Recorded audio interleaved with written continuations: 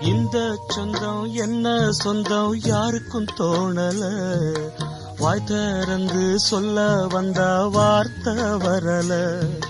வானவில்ல சின்ன புள்ள வளைக்க பாக்குது, ஆகாயத்தில் ஊஞ்சல் கட்ட ஆசைப்படுது.